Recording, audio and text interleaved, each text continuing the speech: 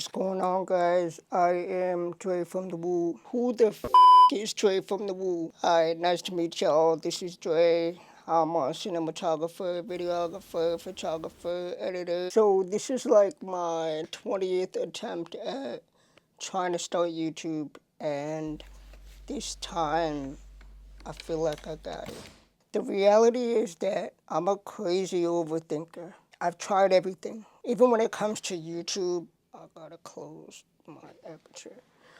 Alright, so even when it comes to YouTube, I've seen so many channels that have been successful with straight raw content, people talking on their phones, people just vlogging their daily life. I've also seen people super successful with cinematic vlogging and making sure that everything looks perfect and it's super, it looks like a short film. But the reason why I've been overthinking a lot lately is because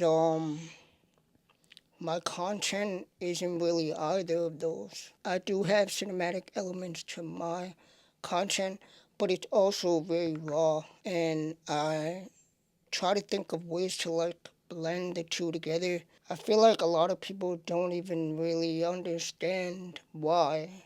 Like, they see the raw content and they see my personality, but then they also see some cinematic elements and they're like, wait, who is this kid? Is he a photographer, videographer, or like, what does he do? Because he clearly has some capability of, cinematography. The reason why I'm saying all of this is to say that I've always kind of tried to emulate something or just follow some type of formula that has worked. The reality is nowadays on the internet, everything works as long as you just keep going. That's what I've seen, that's what I've heard. A lot of people say just don't think about it, just press record. I'm an extreme overthinker. It's because I'm capable of doing so many things. I do photography, I do cinematography, I do behind the scenes content, I do shoot events, I do it all. But the one thing that separates me from other people, I would say, is my experience. The way that I make people feel when I talk to them and I interact with them, I make people feel seen. I make people feel heard.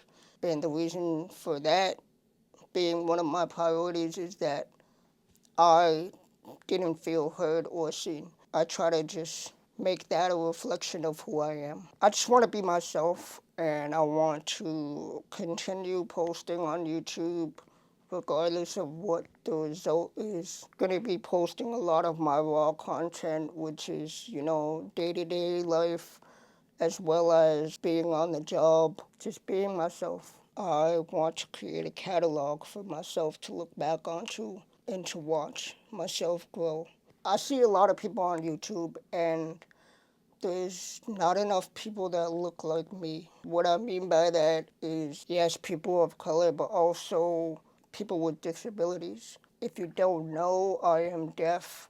I have a cochlear implant that allows me to hear. When I turn this off, I can't hear shit. When I say not enough people that look like me, is that people with stories, people that have overcome obstacles, adversities. I think that's why Drake is one of my favorite artists, because there was a lot of things in his way. I think we can relate to that in a sense. Another big reason for me starting YouTube is because I've done a lot of content for a lot of other people and told a lot of people's stories, but I kind of just want to tell my own story, and not in a sense of like me feeling like I'm better than anyone. It's just more so I don't want to depend on anyone. I'm trying to create the most I can and not overthink, which is the opposite of who I am. But you're going to see the growth. So thank you for being here. Make sure you subscribe to my channel, because I'm going to be posting a shit ton of content. You're going to see a lot more of me. So thank you for tuning in.